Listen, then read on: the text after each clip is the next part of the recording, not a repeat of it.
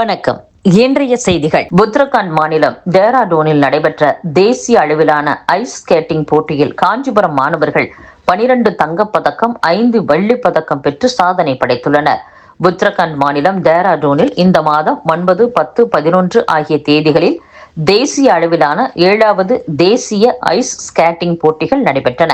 இந்த போட்டியில் குஜராத், ஹரியானா, மத்திய பிரதேசம் உட்பட 17 மாநிலங்களைச் சேர்ந்த 700க்கும் மேற்பட்ட மாணவர்கள் கலந்து கொண்டனர். இதில் காஞ்சிபுரம் ஸ்போர்ட்ஸ் அகாடமி சார்பில் 18 பேர் கலந்து கொண்டனர். இவர்களில் 14 வயதுக்கு உட்பட்டோருக்கான பெண்கள் பிரிவுக்குரிய போட்டியில் 6 தங்கமும், 10 வயதுக்கு உட்பட்டோருக்கான பிரிவில் 6 தங்கமும், 5 பேர் வெள்ளிப் பதக்கமும் பெற்று சாதனை படைத்துள்ளனர்.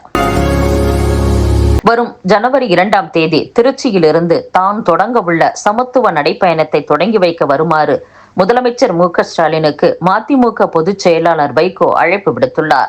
சென்னை அண்ணா அறிவாலயத்தில் திமுக தலைவரும் முதலமைச்சருமான மு.க.ஸ்டாலினை வைகோ சந்தித்து பேசினார். பின்னர் செய்தியாளர்களை சந்தித்த அவர், மது, போதைப் பொருள் பழக்கத்திற்கு பள்ளி, கல்லூரி மாணவர்கள் அடிமையாவதை தடுக்கும் வகையில் விழிப்புணர்வு ஏற்படுத்துவதற்கான சமத்துவ நடைப்பயணத்தை ஜனவரி 2ஆம் தேதி திருச்சியில் இருந்து தொடங்க உள்ளேன். இந்த பயணத்தை தொடங்கி வைக்க முதலமைச்சர் ஸ்டாலினுக்கு அழைப்பு விடுத்தேன். அவரும் அழைப்பை ஏற்றுக்கொண்டார். இந்த நடைப்பயணம் மதுரையில் ஜனவரி 12ஆம் தேதி நிறைவடைகிறது. இந்த நடைப்பயணத்தில் தமிழ்நாடு காங்கிரஸ் தலைவர் செல்வ பெருந்தகை, பிசிக தலைவர் திருமாவளவன், இடதுசாரி கட்சிகளின் தலைவர்கள் உள்ளிட்ட கூட்டணி கட்சி தலைவர்கள் பங்கேற்பர். இது எனது 9வது நடைப்பயணம் என்று வைகோ கூறியுள்ளார்.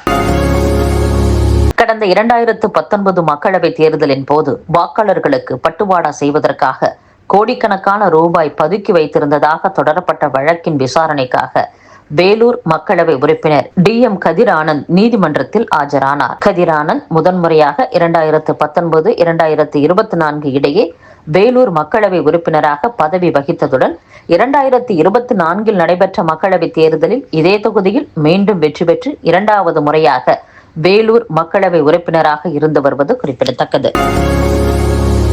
அரசு விரைவு போக்குவரத்து கழகம் புதிதாக கொள்முதல் செய்துள்ள 8 வால்வோ மல்டி ஆக்சல் சொகுசு பேருந்துகள் சென்னை பணிமனைக்கு கொண்டு வரப்பட்டுள்ள நிலையில் அவை டிசம்பர் மாதத்திற்குள் பயன்பாட்டிற்கு வரும் என்று தெரிவிக்கப்பட்டுள்ளது.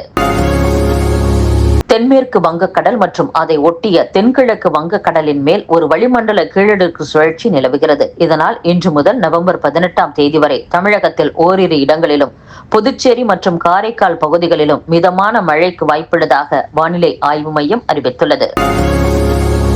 தமிழகத்திலிருந்து வெளிமாநிலங்களுக்கு ஆம்னி பேருந்து சேவை நிறுத்தம் தொடர்வதால் பெரும் இழப்பு ஏற்பட்டுள்ளது.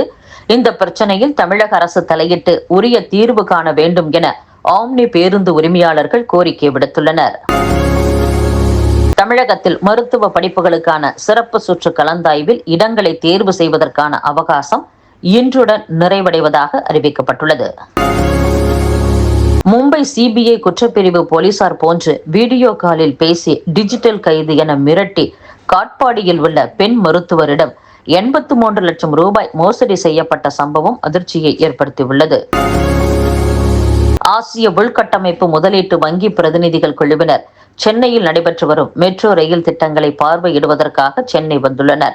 ஆசிய உள்கட்டமைப்பு முதலீட்டு வங்கியின் பிரதிநிதிகளான ஆண்ட்ரஸ் பிசாரோ, தென்கிழக்கு ஆசிய பகுதிக்கான நிபுணர் சந்தோஷ் ஆகியோர் மெட்ரோ ரயில் மேம்பாட்டு பணிகள், விரிவாக்க திட்டங்கள் மற்றும் முதலீடுகள் குறித்து ஆய்வு மேற்கொண்டனர். மேகதாது அணை குறித்து உண்மைக்கு புறம்பான கருத்துக்களை கர்நாடக முதலமைச்சர் சித்தராமையா கூறுவதாக முன்னாள் முதலமைச்சர் ஓ. பன்னீர்செல்வம் கண்டனம் தெரிவித்துள்ளார். மேகதாது அணை திட்டத்தால் தமிழகத்திற்கு பாதிப்பு இல்லை என்ற கூற்று உண்மைக்கு புறம்பானது என்றும் ஓ. பன்னீர்செல்வம் கூறியுள்ளார். பிரதமரின் பயிர் காப்பீட்டு திட்டத்தின் கீழ் விண்ணப்பிக்க வழங்கப்பட்ட கால அவகாசத்தை நீட்டிக்க வேண்டும் என்று அமமுக பொதுச் செயலாளர் டிடிவி தினகரன் கூறியுள்ளார். தொடர் விடுமுறையாலும் மழையாலும் ஏராளமான விவசாயிகள் பயிர்களுக்கு காப்பீடு செய்ய முடியாமல் சிரமப்பட்டு வருகின்றனர் என்றும் டிடிவி தினகரன் கூறியுள்ளார். டெல்லி குண்டுவெடிப்பு சம்பவத்திற்கு மத்திய அரசு பொறுப்பேற்க வேண்டும். தேர்தல் காலங்களில் எல்லாம் குண்டுவெடிப்பு நிகழ்கிறது என தமிழக காங்கிரஸ் தலைவர் செல்வ பெருந்தகை கூறியுள்ளார். ஜம்மு காஷ்மீரில் பயங்கரவாத அமைப்புகளுக்கு எதிரான நடவடிக்கைகளை தீவிரப்படுத்தியுள்ள போலீசார் தடை செய்யப்பட்ட ஜமாத்-இ-இஸ்லாமிய பயங்கரவாத அமைப்புடன் தொடர்புடைய 300க்கும் மேற்பட்ட இடங்களில் தீவிர சோதனை நடத்தியுள்ளனர். 5 ஆண்டுகளில் தமிழகத்தில் இருந்து வெளிநாடுகளுக்கு கடத்தப்பட்ட 12 சிலைகள் உட்பட 444 சிலைகள் மீட்கப்பட்டுள்ளன என்று சிலைகள் திருட்டு தடுப்பு பிரிவு கூடுதல் டிஜிபி கல்பனா நாயக் கூறியுள்ளார். அல்-கொய்தா மற்றும் அல்-கொய்தா இந்தியா ஆகிய பயங்கரவாத அமைப்புகளுடன் தொடர்பில் இருந்ததாக கைது செய்யப்பட்ட நபர் சமீபத்தில் மும்பை அருகே உள்ள தானே பகுதிக்கு வந்து சென்றதால் அங்கு பயங்கரவாத தடுப்பு பிரிவு போலீசார் சோதனை செய்தனர். இத்துடன் செய்திகள் நிறைவடைகின்றன. மீண்டும் நாளை சந்திப்போம். வணக்கம்.